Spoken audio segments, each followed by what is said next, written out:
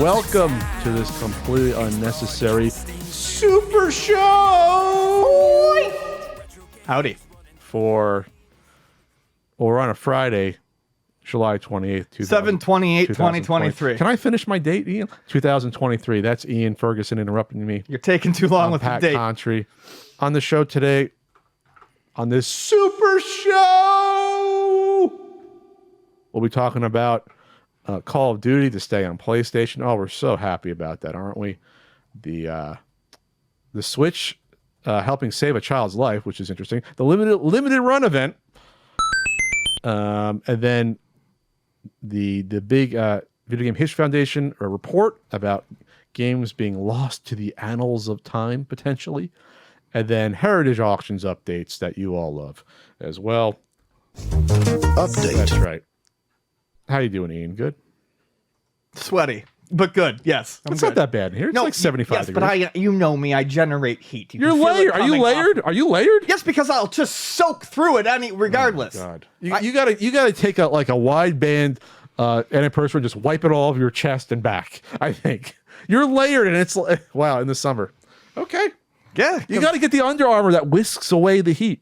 That actually works. Buddy, that should honestly be your undershirt. Should be Under Armour. I'm not even kidding. Like that, you would be cooler. I would probably. You don't have anything like that? No, when I work out, that's what I wear. Look into it. Yeah. Come on, Ian, you're killing me. That's why it's there for. It works. Anyway, I've been good. I've really been enjoying DJing. I picked up my crochet hooks again last week, and I've been crocheting up a storm. I forgot how relaxing it is. I've been having fun with my RC van. Comic-Con was good. We talk about that in the intro. Not in the intro. On the exclusive podcast you'll get for signing on. Signing on and signing up. On patreon.com/podcast. We talked about the writer's strike and the billionaire saying that the writers should go starve and be thrown out of their houses. And we talked about Comic-Con. We talked about the great Larry Houston, who helped do the intros for stuff like G.I. Joe the movie and the X-Men animated series. It was a very good and coherent bonus episode. You're saying they're usually not coherent? Well, sometimes they can be a little rambly, drifty. And we even talked about G.I. Joe toys. I'm getting into the G.I. Joe stuff. He's not. I am. He's not. I just think that the classified ones look nice. They're very nice figures. Nice figures. They're very nice figures. I don't own any. I'm not asking for a handout. If you got any extras laying around, I'll take them. But I don't want to get. You just said you didn't want the classifieds. Because I don't want to. Off camera. If I buy one, that means I got to buy like 30 of them, and then I'm at a few grand. It is problematic. I don't want to get pulled in. I get sucked into sets, which is why I don't do a lot of collecting anymore. It used to be real hard for me to go to like Comic-Con and like buy like a pin. If it was part of a set, I'd be like, no, I got to have them all. If I'm going to buy one volume of a comic, I got to buy all 5. Because that's what OCD is when you collect. I mean, you want to buy all of it. Luckily, therapy really got me out of my OCD. Well, I do have the Larry Bundy cash, so I do have the Larry Bundy cash. I can always spend that, I guess. Sure you could. I was going to say, Call of Duty, Ian. Yeah. We got a lot going on right now with the potential merger going on between Activision. It's already happened. Well, I guess. Well, I thought does it happen tonight? Well, I don't know. Yesterday? Did you delete the link off, or I could talk about it a little bit? You told me we didn't have to. I mean, whatever. It's a fucking merger. It mentions it here. Part of the nut of the tidbit is Xbox signed a binding agreement as part of the deal, as part of the acquisition of Activision Blizzard. They signed a 10-year deal that will keep Call of Duty on the PlayStation family of systems. That does not include any other Activision games, and I think that specifically was a sticking point because initially it was to include all games, and I think they had to go back to the drawing board, and they got it down to just COD. Well, Ian, if I had the link, I would tell you this. As of a week ago, the FTC filed an appeal of the federal judge's decision to allow the closing of the merger. So it ain't done yet. It's being fought. What day was that? The 20th of July. Oh, okay. Yeah, this is 7/16. Oh, look at that. Anyway. What was 7/16? That's going through? The binding agreement article. Oh, yeah. So I think they're obviously setting this up so that they can say, oh, we're going to be nice to Sony. We're going to let them have some breadcrumbs of buying some Call of Duty games. To try to avoid the FTC coming down on them. You know, because the FTC has stopped monopolies before. That's why it's one of the reasons they exist. It's not in the consumer's best interest to allow some of these. So it'll probably go through eventually with some caveats and what have yous there. If you want, you can get that The Boys Call of Duty crossover. So with Homelander and the light gal. What's her name? never seen it. But we're all You never saw The Boys? The Boys is good. We're all taking the wrong ideas from these things. Well, if they're in the game as operators, yes, I think they're operators. Yeah, we're taking the wrong fucking idea from The Boys. I didn't know that we were doing celebrity operators and streamer operators and other things. It was the past year or two. I only see it pop up where it's like you can play as these characters as an operator. I think ever since the like Battle Royale one. Okay, then you can do that. I think ever since that they've done it. Is it Starlight? Is that her name? I don't know. The Boys is great. It's like season 4. When's season 4 coming out? I'm surprised you haven't seen it. I was going to, but my one friend really loved season 1, and that made me really interested to watch it because he hates pretty much anything superhero related. And then he said season 2 just kind of turned into a fucking. He said it kind of became what he didn't want it to become. Basically, it's all based on the comics, so I think they're following along. Starlight, Homelander, and Black Noir, who is basically Snake Eyes. Speaking of G.I. Joe, it's basically looks just like Snake Eyes, doesn't talk. And it gets into who that character is in season 3.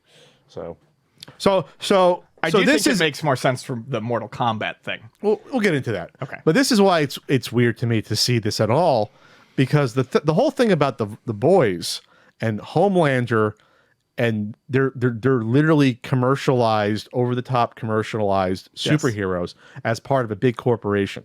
Yeah. That like you shouldn't look up to. That's what I'm saying. We're taking the wrong lessons from these shows. You should have looked these up are to not these heroes. Yeah. Homelander is not someone to aspire to. No. Or to want to idolize. He's an authoritarian, like ultra right wing sort of type of character. Not ultra right wing, but right wing. He's really just out for himself, but he's got some really weirdo beliefs that he has in some of this. That you shouldn't. Spoilers. End of season 3. He basically, kills someone protesting him in front of a crowd, and his like crowd, which represents like right wingers, starts to applaud. It's like, oh, you're our guy. We don't care who you killed. We're in a cult. Like that's basically how the season 3 ends. Yep. It's really on the nose.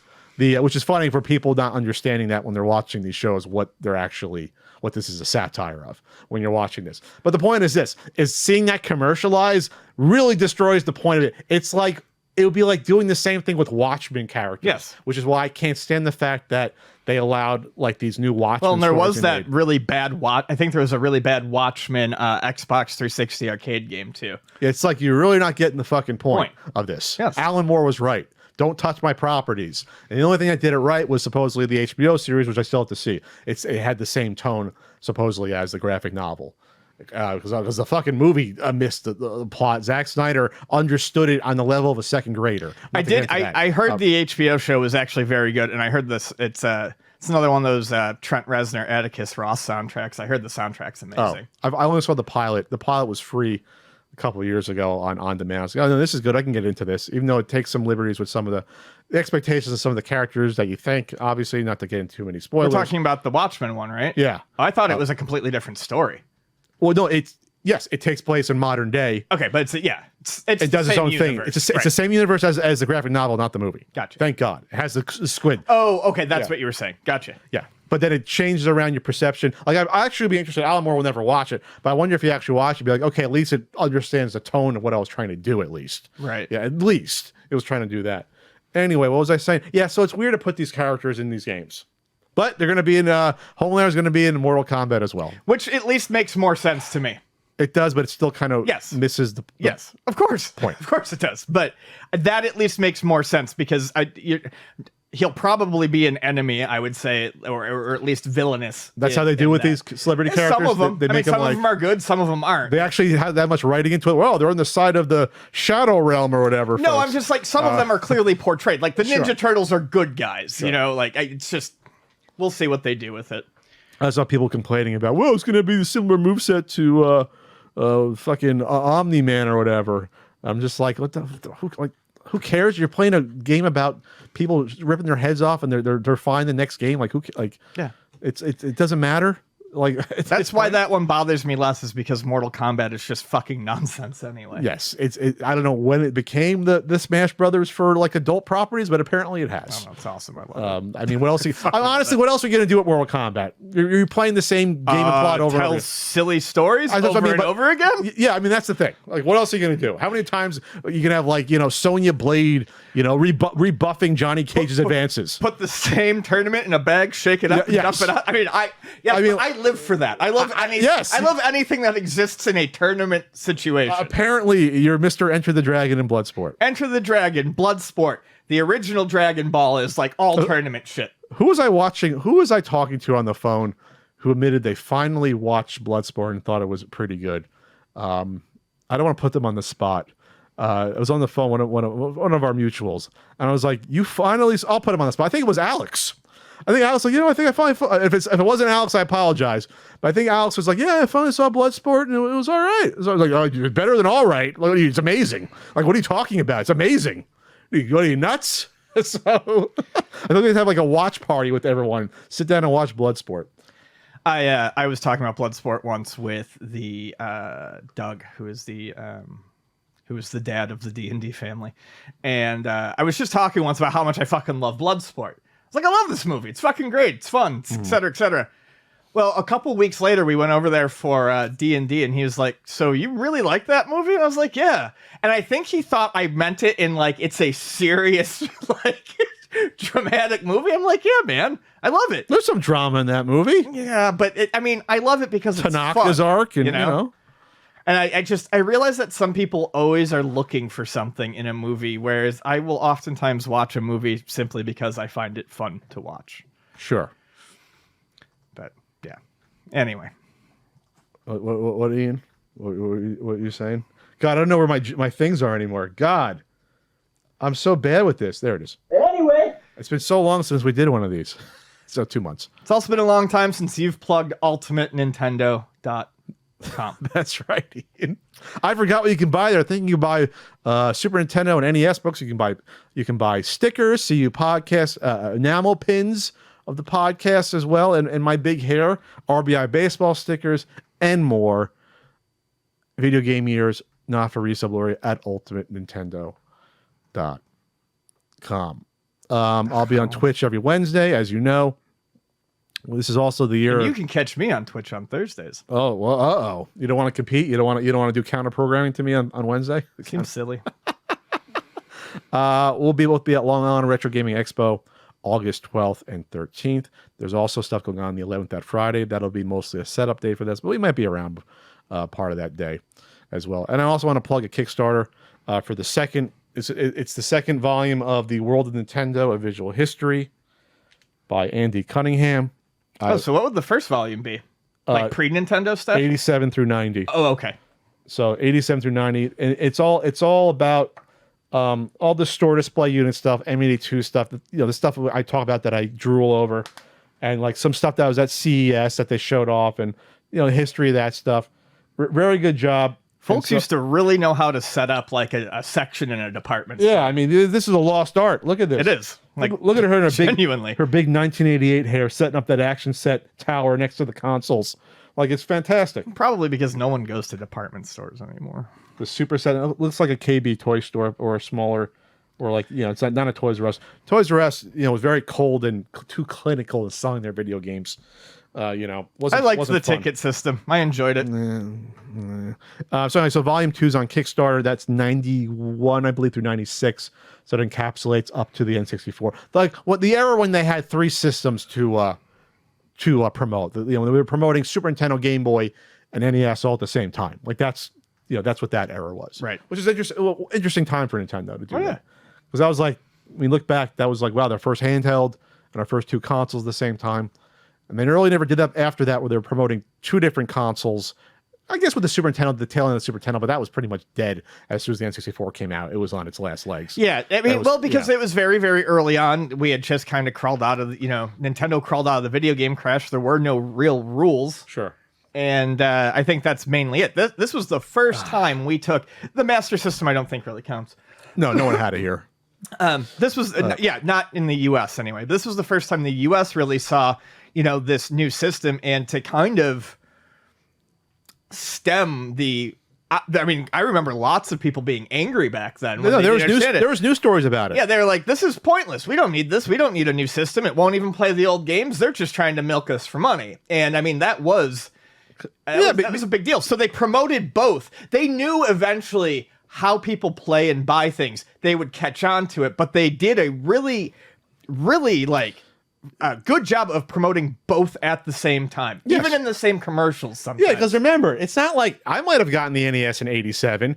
Not everyone did, or even 89, 90. So say you got the system for your family a year and a half ago and just spent several $100s on games and stuff, because they were still putting out re-releases of like Castlevania and Super Mario. Yeah, that's the other thing. Yeah. When the Nintendo came out here, not everyone knew about it. It wasn't like everyone was waiting for it and rushed out to buy it. It took years to get integrated. For the market to saturate. Yeah, so like I knew like some people that got it 89, 90. So like, now next year, I got to buy a new system. Fuck that. That's probably what parents thought. They weren't expecting that. My parents flat out told me no, they would not buy me a Super Nintendo. And then I remember like when we raked leaves, my brother and I, to get a Genesis, they were like, okay, well, at least this is a different company. Games, different company, Sure. It's dark. It's edgy. It's for teenagers, man. You know what's for everyone? The Amicade. Amicade for everyone. Amicade for everyone. Good old our pal Gatoru's on the Intellivision_Miko forums. Yes, you will not go one podcast without us mentioning the Amico.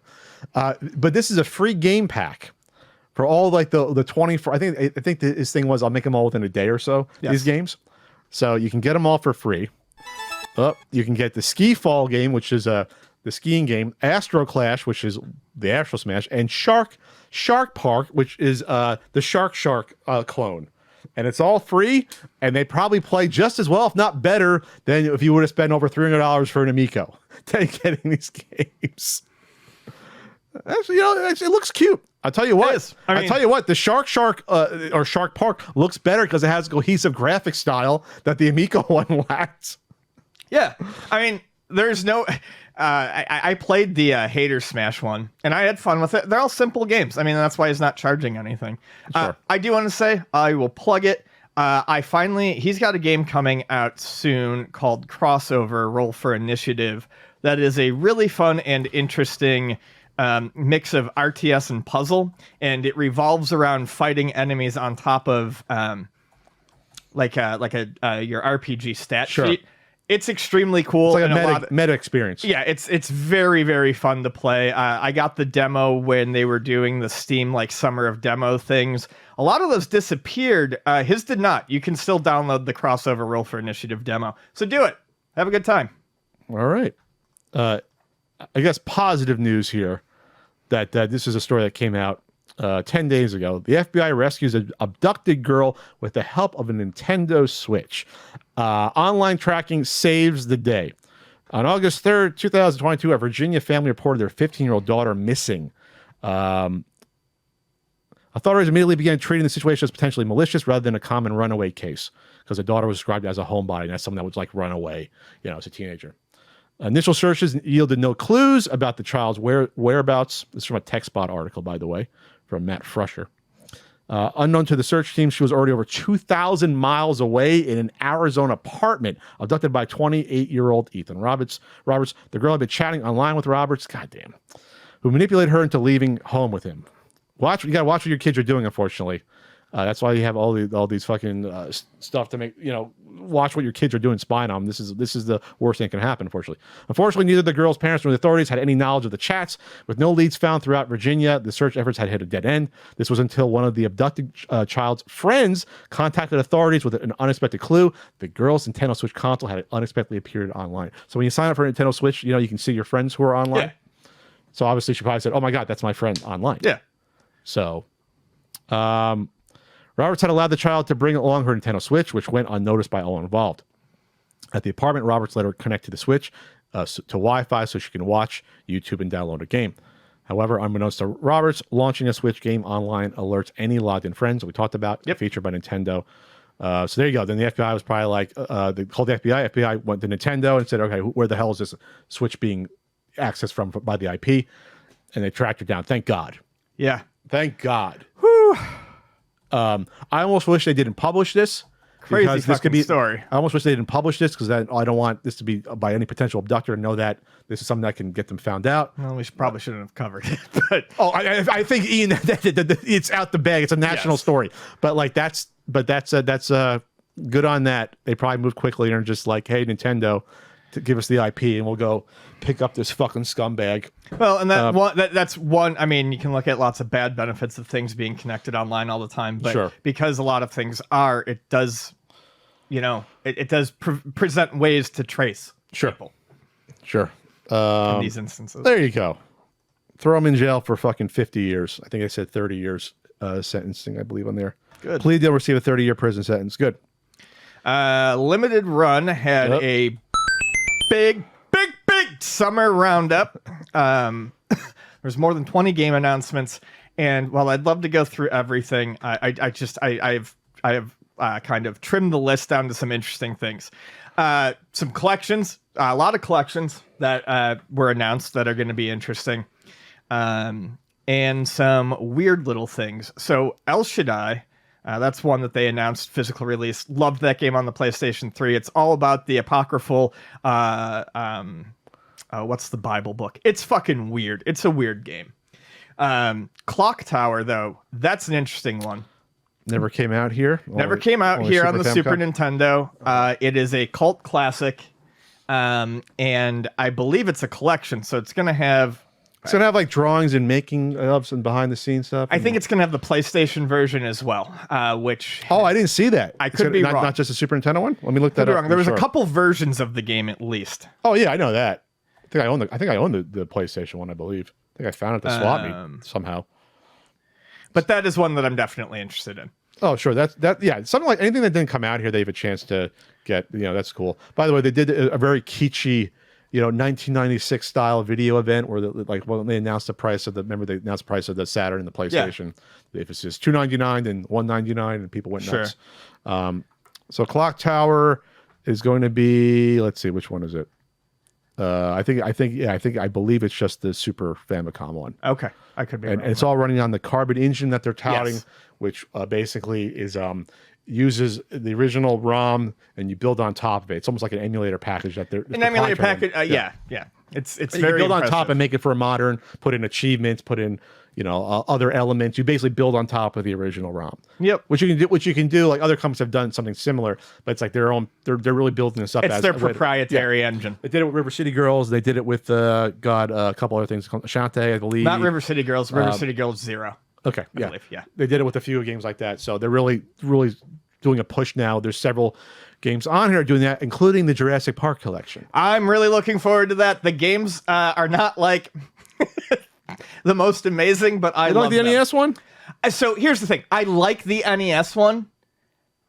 It gets really repetitive. Okay, I'm sure. It gets really repetitive, but I do never like played through it. The Super Nintendo one, I don't know anything about, really, other than it's just like Doom.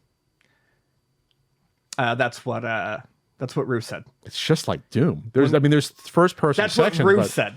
I know. I'm not saying that's that. I'm like going 10% back to of the game. Not even. Yeah, I know. When Ruth said that during I don't remember him saying that. Well, when he was going, you don't remember him going off on Doom. He doesn't like Doom. I That's remember how going we off know Doom. He doesn't like Doom. Oh, that's when he compared. He's like it's like Jurassic Park for the Super Nintendo. God, oh God, I didn't know. Oh God, I miss Ruth. What I didn't see when I did watch the trailer for this one, I didn't see the Genesis games, but it says it collects the 8 and 16-bit legacy, so I think they're in there. Yeah, it's in there. Obviously, the Genesis one was a side scroller. It's entirely different. Rampage Edition was way better, but yeah, I liked the Genesis. I really liked the Genesis Jurassic Park. I remember playing the Genesis one at Billy's house. I think he had that. Billy or Kevin? Which one had it? It might have been Kevin that had that. A neat one, just because I don't like. It's random. Like, I made fun of them when they did the Bill and Ted's, and those are not good games. This is just as weird, but I'm actually excited. Gargoyles. Have you ever played the Gargoyles Genesis game? No, but it's really good. Fucking gorgeous. It's one of the prettiest Genesis games you'll ever see. And I think that's the only game. So I'm assuming Just that. I think it's the only Gargoyles game there is, so it's probably just that. But that is going to be cool because it's difficult, it's pretty big, and it's expensive. As I say, it's an uncommon Genesis game. It's very so expensive. I got it in the cardboard box, I believe. Yeah, the cardboard sleeve. Yeah. I don't know if I don't think there was a. No, there wasn't a plastic clamshell. case one. No. Holy shit! Wow, it went up. Yeah, man, it's expensive. It's still 7 days left, and it completed. It's at $128 with 7 days left. Yeah. Holy shit! Yep. So it's around we'll say around $200, something like that, maybe a little bit less for complete. Yeah, so that's the type of game you want to see get a release. Right. Yeah. Uncommon, popular. This looks makes good. sense to me because like great game and expensive, whereas the Bill and Ted games were just like these aren't expensive. Well, I laughed about the Three Stooges when they did, just because. Oh it's yeah, like, that too. Yeah. Very niche crowd going to be into the Three Stooges when you can get it on the NES already. Gex Trilogy. Gex has had a really strange, ironic resurgence over the past few years. Okay. Lots of and, as memes, like Yes. I haven't noticed. and I think this is a case of striking while the iron is hot. And hot. And I think they will sell a lot of this one based on memes. I actually kind of enjoy the first Gex. It's not great, but it's better than average. And I like the look of it. It's got that very mid 90s, we're doing stuff on a multimedia system look to it. Like it looks like a game that was made on the 3DO. And it's going to have the actual 3DO version as well as the PlayStation version. The 3DO version does run better and is slightly different. Okay, so that's cool. And then it's going to have what the other two was it two on the 3D ones. 2 on the N64 came out, which were also on the PlayStation. I believe 2 and 3, yes. Yeah. The one of them was called Gex 60. Gex 64. Gex 64 is Gex 2, but Okay. slightly different, if I'm not mistaken. They're not great games, but I remember playing the first one, the first 3D one, and thinking, it was fine. It's an interesting time capsule. Sure. I'm sure there's some Gex fans out there that are going to be over the moon for that. Plumbers don't wear ties. I was going to leave that to last. I'm leaving the other one. Well, there's two other things I want to talk about, really. Okay, talk about plumbers don't wear ties. I was just going to say, Plumbers Don't Wear Ties is another one that I think is interesting to have a re-release, not because it's fun, but because people want to see it. It's been talked about. It's one of those games that people know about because it's been talked about the entire time game collecting on the internet has been around. It's always been known as one of those weird titles. Well, they know about it mostly because it was the AVGN video. I knew about it before. Okay, I didn't even know he did a video on it. Think about outside of our realm. Sure, I just didn't know there was a video. Oh yeah, I mean, God, that probably has like 10 million views at least. Oh, okay. AVGN. So here's the thing. This is like a documentary almost about the game outside of it. They interviewed one of the original actors, actually a couple of the people. They interviewed James in it. Some other people from Limited Run, I believe Audi's interviewed, nice. And then Kelsey that we know, she's interviewed from Video Game History Foundation. So like they're talking to other people outside of it. I knew this was coming for like 2.5 years. I feel like they had already announced it a long time ago. I talked to Josh about this way back, and I was like, really? You got the rights to this? This came out. This came out in 2009 on Game Trailers. I don't know how many views it got on Game Trailers. It got a lot. This has 9.2 million views on YouTube. This probably has over 10 million views. What does? James's video. James's video. Okay. So like most people didn't know about this game until this video. So obviously they talked to James and he talked about how ridiculous it is. Nice. It's a visual novel in the loosest fucking sense. Yeah. Like really bad, over the top pictures. There is some nudity, but actually not that much that you'd expect in a game like this. That's what's so weird about it. Yeah. It's just fucking bizarre. It's just bizarre. And it's obviously no one bought it on the 3DO, so it goes for excuse me, is it 3DO? 3DO, yeah. So it goes for Sega CD. So that's how little I just know it's weird. So it goes for a decent amount of money. Yes. Because you can't find it. I think I might have seen it in person once or twice. If I had to look it up, it'd probably be like $400 if I had to guess there. So it's one of those things where it literally became like an internet meme sort of thing. No one's really played the damn thing. Right. So yeah, it's an interesting capsule. Oh, yeah, 3D. Yeah. Yeah. Oh no, I don't think it makes Sega CD. Yeah, it's no, too that doesn't make adult any oriented. sense. Sure. Because like there is some real nudity in it. Yeah. Plumbers don't wear ties. Like, yeah, let me see what this goes for. So it's interesting because you're really buying this for all the behind the scenes stuff as a documentary. Yes. Like that's why you're really buying it. for this, because you really don't want. It's fine. They do have like a remastered version of the game included, where it's just like they like try to upscale the images, which are terrible, and it's like, I mean, it's just funny. It's like a joke almost. This is one of those games you own, so you can say you've played it and you have it. It's like it's like when Night Trap came out. Sure. So the cheapest one is $350. Yeah. Buy it now. So yeah, it's one of those games where like, yeah, I'm not sure who would have bought it back then, because it's not really like sexual. It's like you're not going to get your rocks off playing this game. Sure. It's just ridiculous. So why did it get published? So anyway, so that's why you want to play something like that. But for the we'll call it the sister system, the CDI, there's an interesting original game that Limited Run is publishing and coming out with. And I just lost the list in front of me. Oh, I didn't know. You didn't see that? No. It's one of those things where, again, if probably the internet didn't exist and memes, it would not have been made. It's the one that it's basically the pseudo sequel to the side scrolling Link's the Zelda CDI game. It's a spiritual successor to the. Is it actually getting a CDI release? No. Oh no. Oh, okay. No, this is an original game. Yeah, I know it is, but I thought the way you were saying it, I thought they were doing a CDI release. Never mind. You're talking about its sister system. I'm saying the 3DO was a sister system to the CDI. Arset the Jewel of Faramore. Arset the Jewel of Faramore has original voice actors that did the voices on the original. They didn't say it in the video. They had to dance around. It's like, they couldn't say this is like a spiritual successor, but you know it. It has the same exact graphic style, like sort of the hand-drawn backgrounds. The same, I will say, really bad, cheap gameplay that looks for. It's just like, you hit a person once and they die. So like, but that's the charm of these games, and the really almost MS Paint quality cutscenes, where it's like this. The point of it is like really bad drawn animation, where it's like 20 frames a second. So they really have the same style of the. I wouldn't say the animation's terrible on the original games, but it's not great in the original games. Right. It's not great. It's not good at all. So over the top, same sort of animation, same sort of look. It obviously probably looks a little bit better in terms of the gameplay. It looks. I think it looks pretty fun. Yeah, it's going to be a different game, but it's still simple gameplay. Sure. Mechanics like the original. Yeah, the original voices from Jeffrey Rath and Bonagine Wilbur from the original games, I assume, and new art by Ram Dunleavy, which I assume is the artist from the original CDI games. Otherwise, they wouldn't advertise it. So it's really interesting that what they're doing here. I think people will get it maybe just for the kitsch of it, where it's like, it's a game that looks like it was made in '94. And that's cool, I guess. Yeah. 93, 94 sort of early CD game that it's interesting that they did a game like that. I think it's going to be very neat.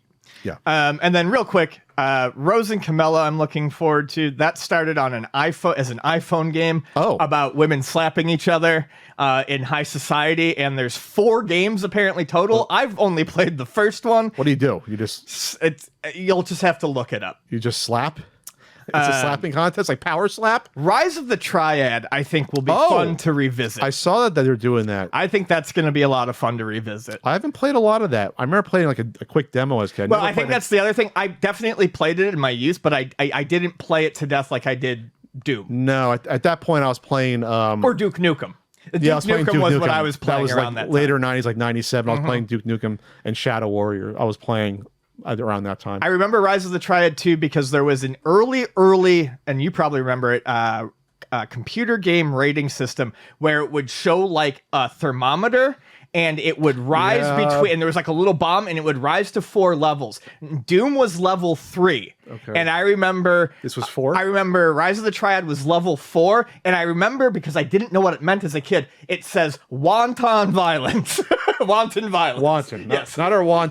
But that's what I'm saying. When I read it as a kid, I was like, wonton violence? Yes. What the fuck is that? Chinese food violence. Yeah. Well, that's cool. Yeah, maybe because it was like photorealistic people. Maybe that's why, like, it's like Mortal Kombat, but you're playing a first-person shooter. Maybe that's why. The last one, before we get to the last one, Tomba, the Tomba collection. Again, great games. 2 of them, they did not. They're very expensive to get now. So that's a compilation. I know nothing about that series. They're cute. They're fun. You play as a little caveman. Well, I think they just announced that something's coming. It wasn't too specific. That was just like a teaser. It just says it's coming to Carbon Engine, so we don't know the full details. Hopefully, they're both PlayStation games, so hopefully we'll get both of them. So that's interesting. And then I guess the larger mini topic from this is that they are doing a physical release of Karateka or Karateka, if you want to pronounce it either way. The Digital Eclipse Director's Cut. I'm sorry, the making of Karateka is what they're calling it. Yes. Gold Master Series. I guess this is the start of a new sort of... I'm so into this. So basically what they're doing is they're taking the framework that was created with Atari 50th, and they're going to use that framework because it's a great fucking framework going forward. And what they're doing with this is interesting to me in that they're now not focusing on a collection, but they're doing that documentary museum style exhibit experience for one game. And they're going pretty deep cut here, but it is an important game. And I feel like there's enough people out there doing the obvious things. I would love to see more of this. So this has 4 playable versions of the games. It has Jordan Mechner's notes about it. It has the original videos they used to do the rotoscoping. Yep. Was it his brother that did it? I forget. His dad. His dad went running and they videotaped it and he rotoscoped over it. So it has this is literally like a documentary about the making of the game. It has notes. It has it has different sprite layers versus the sketching of the rotoscoping. So this is really you can do. I love this, but you can do the watch a playthrough and pick it up at any time sort of thing. That's a good idea. I love that. Yes. They did that for the Turtles collection for sure. Sure. And I think some other stuff. They have his handwritten notes about the game. Because remember, this is still the formative years of doing computer games. You know what I mean? So a lot of the people doing these games, you didn't have big teams doing these games. No, obviously Richard Garriott was doing the games by himself. This is basically a fucking kid with he was a kid. He's not that old. Yeah. He's not that old now. No. What is he, early 50s? How old is Jordan Mechner? He's probably not that old now. No, he can't be. So he started young. Yeah, people are starting Richard Garriott was a teenager. He's 59, so he was probably 20 years old. Yeah. So there you go. Because this is 84. About 2021. So it's interesting. Time capsule of this. Obviously, it's a lot of work to go into interviewing these folks and editing the documentaries together. And I hope it's a success that they can do more of these. I think you have to be careful about what sort of games you choose for this, just because. Well, this is a special case because this is an earlier computer game, and obviously it's Jordan Mechner. It's almost like one man gang doing the game. But I guess you can do this for certain games where if the budget's small enough and you can study the games, these particular games, it would get more cumbersome, I guess, doing bigger games in this way, I guess. But for these very you can do this about like a Sierra game. You can talk to Roberta Williams, about doing King's Quest. I would love this to. I mean, I'm sure this is probably what it will focus on initially, but I would love for it to focus on early '80s computer or other games that were ported to multiple systems at the time. So you can get the different versions and see the different versions. I'm not. A Prince of Persia would be great. Not to rely on another Mechner game, but it would be another good one to do in terms of the comparing, the contrasting, and things like that. Sure. I don't think they would because of the rotoscoping and whatnot would be topics that have already been covered in this. But games like that. Yeah.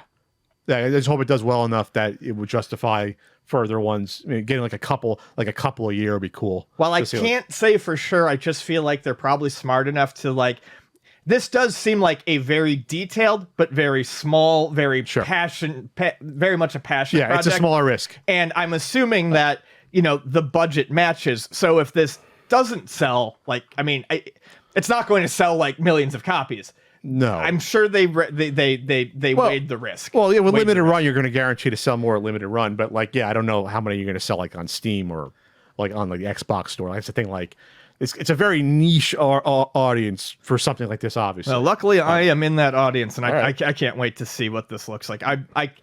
They keep saying 2023, and I'm just hoping for a shadow drop one of these days because everything they show makes it look very complete. Sure. So that's cool. It's a different way of which we'll get into the next topic about spreading knowledge of game history. Even though it's obviously one game, you're getting a deep dive into one specific game and the background of it. It's a way to do that. for sure. And I'm also looking forward to playing it. I mean, I've played Karateka before, and I enjoy it. I used to play the Apple II version. I don't remember. I think I played the Famicom one. I'm trying to remember when my friends had it on the computer back then. So yeah, obviously it was on like all the multi-carts. All the NES multi-carts had it on there. It was on there to play. So I was like, oh, well, what's this game when you're like 7 years old? Because I didn't know it was a computer game, I think, back then. I don't think so. Was it on IBM? I guess see what the IBM version was. Let me look real quick. I'm not sure. I never come across it. Can I take an IBM, like an IBM DOS version from the mid 80s? Oh yeah, there's one. 86 came out, and in an archive release it's there. I'm not sure I ever saw it. Yeah, most of that stuff by then they were probably doing multi-platform stuff. Sure. An easy way to relicense a game and get a couple more. Sure. I mean, I might own it because I don't know what computer games I own apparently because I'm an idiot. Ian probably knows more than me looking at my computer games on this shelf. I don't know what I have. That's the problem with it. Yeah, it's always an interesting thing to look at what computer games you randomly have. That's why I have them on the shelf. Yep. While I'm putzing around here, I'm just going about.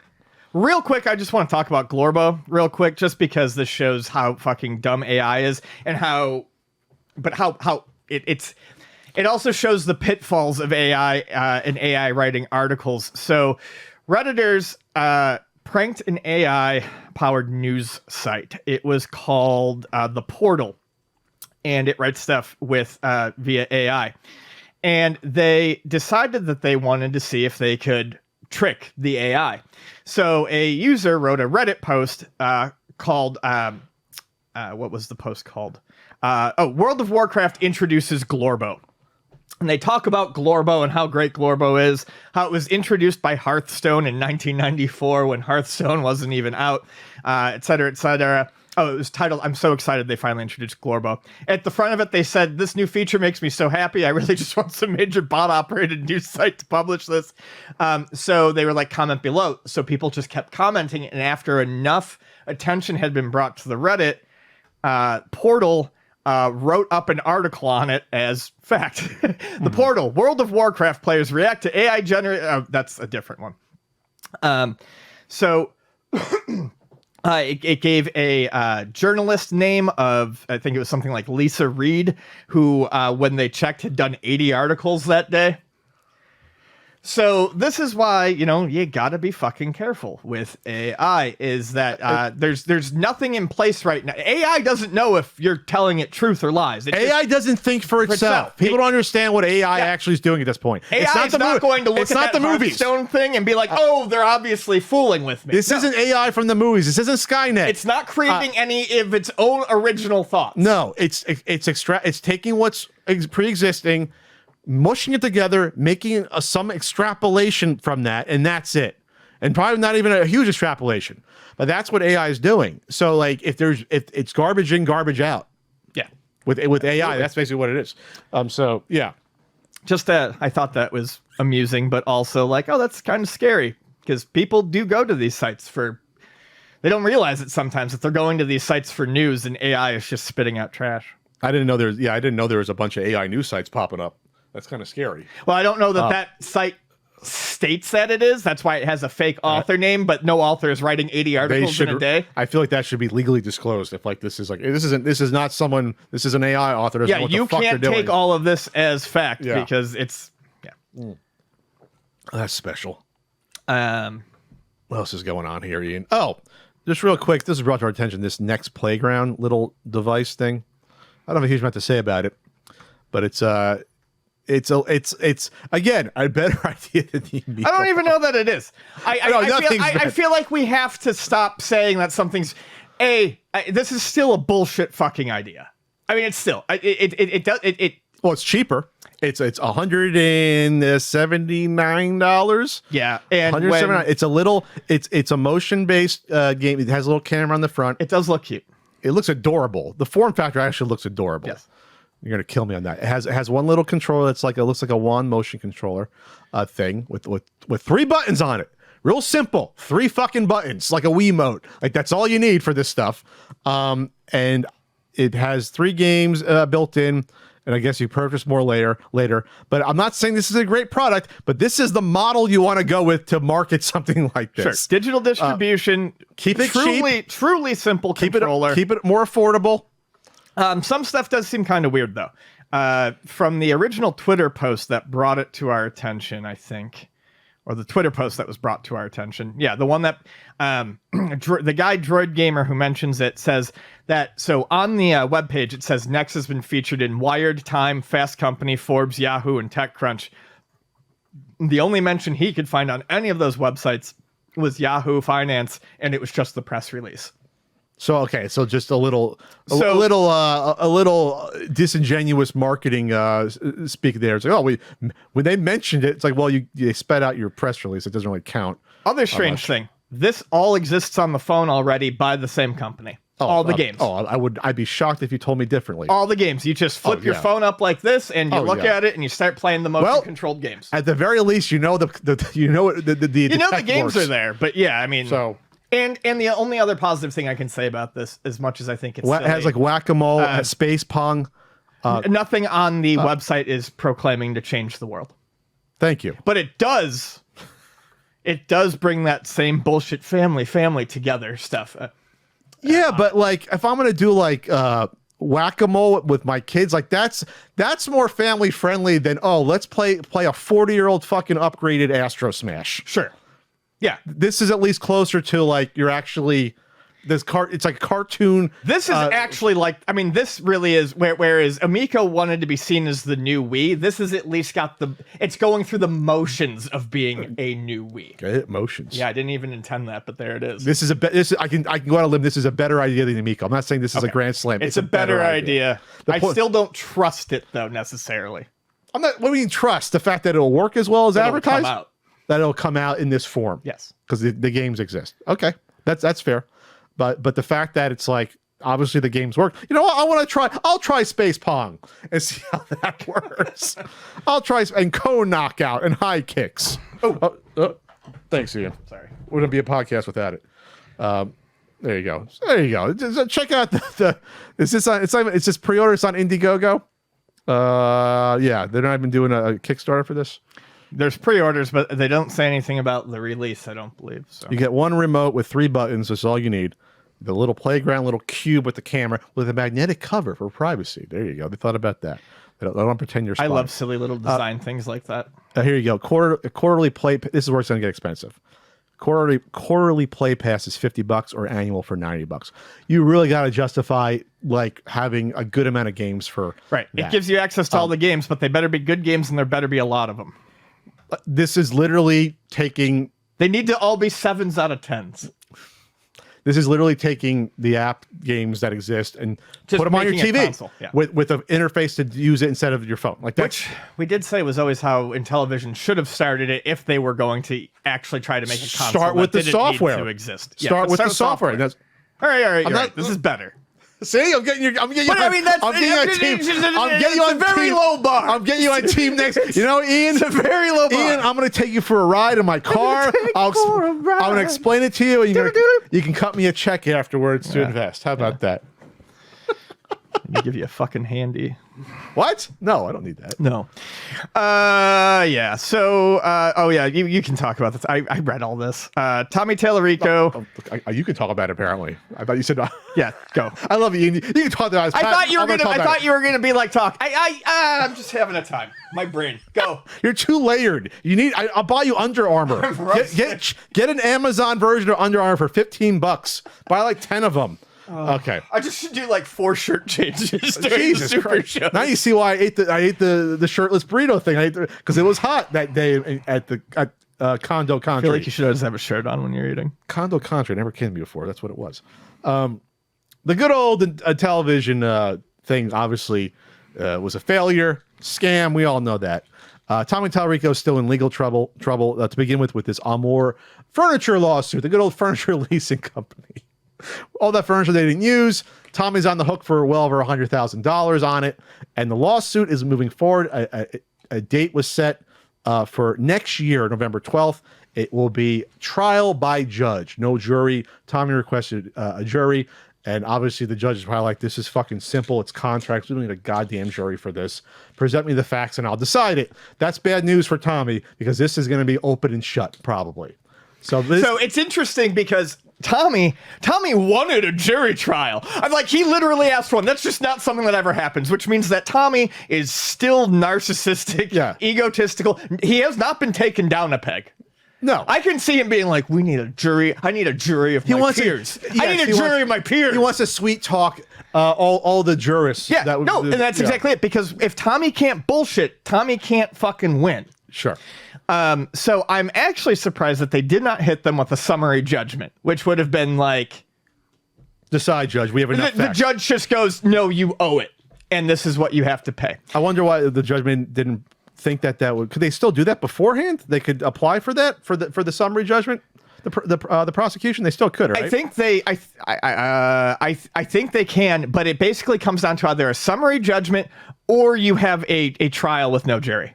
Oh, that's what's going to happen. That's going to be.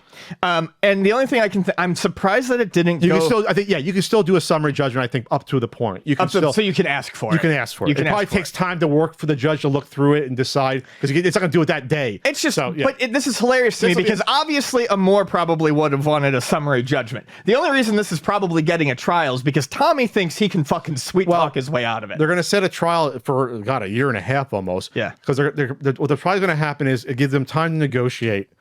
So, because the judge wants this out of the court. They'll settle out of court. But if not, if they push for a summary judgment, I can't see why a judge wouldn't say, give me the contracts, give me the facts, and I'll just decide. Give me 2 days to look this over, and I'll decide, or whatever. Give me a week, and be like, you're paying the money back. Well, my guess is that Amore is probably pushed for the summary contract or summary judgment because that would make the most sense for the business. Yes. They don't want this to drag out. And they're not going to lose. No, they're not. Tommy's going to owe some money. Yes. Tommy is not going to be waived of his responsibilities here. We already went through his fucking claims that were absolutely absurd. So the judge, according to the comments on the Reddit, F1 Mid Boss says it seemed that his lawyer got a small victory in avoiding an immediate summary judgment. Right. But you can still. Well, that's what I mean. Like I'm sorry. That's kind of what I mean. Like the judge being like, "There's no reason for this to go any further." Judgment. Yeah, it gives them time to set up back and forth negotiations. Come on, let's settle this shit. This is like ridiculous. But push comes to shove, there's no way in hell Tommy will win this if this went to a trial. No, I mean, no way. No way this is going to happen. Just another grift. But he can get that Video Games Live money, I guess, and put it against his settlement there. Because he's obviously not putting that money towards paying back pre-orders or the investors.